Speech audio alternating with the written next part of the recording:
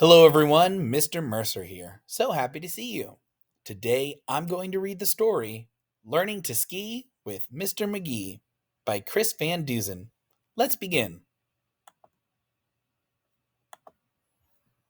One winter morning at 6:53, Mr. Magee and his little dog Dee woke to fresh snow and a beautiful sky and decided it's time to give skiing a try.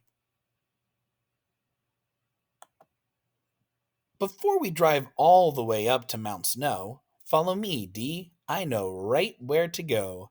Across from the house and just up the way is a great little hill with a view of the bay. We'll practice up there till we learn how to ski, then we'll head for the mountain, said Mr. Magee.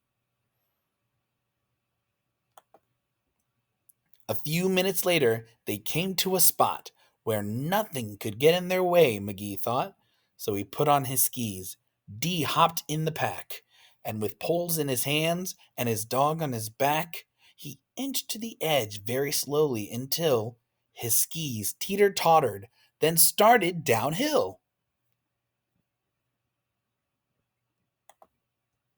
Not far down the hillside from Mr. Magee, and just out of sight, there happened to be a curious moose.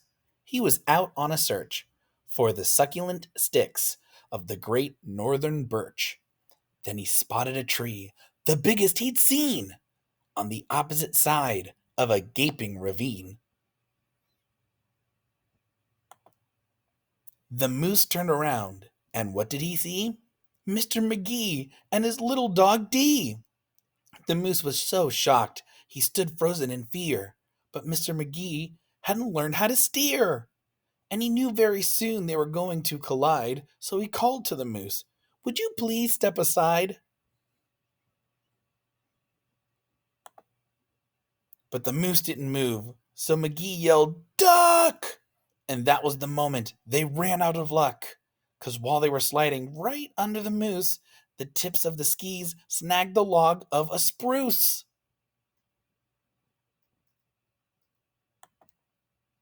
In a flash and a flip, they flew over the log, tossing poor Magee and his dog, headed over heels, straight into the gap.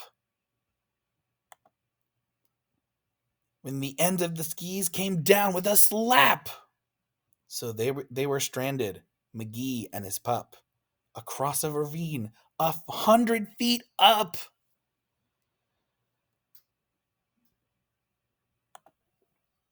They hung there, suspended, not making a sound. When the moose came back, he looked all around.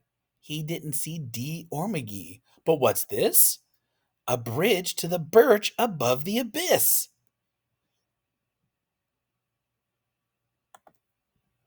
The moose took a step. He was steady and slow, but his weight caused the skis to sag and to bow. And when he looked down, his heart skipped a beat, for Mr. Magee was right under his feet.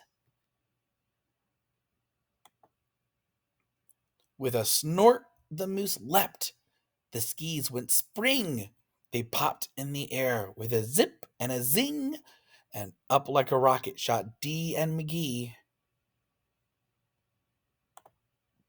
landing feet first, just as safe as can be.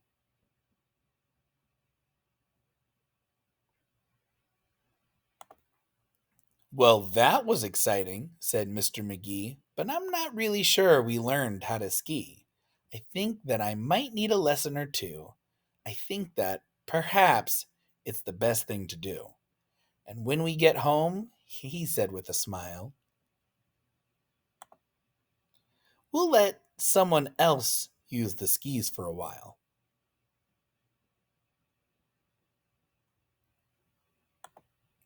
The end. Thank you so much for listening and reading along. I hope you enjoyed it, and I'll hopefully see you soon. Goodbye, friends.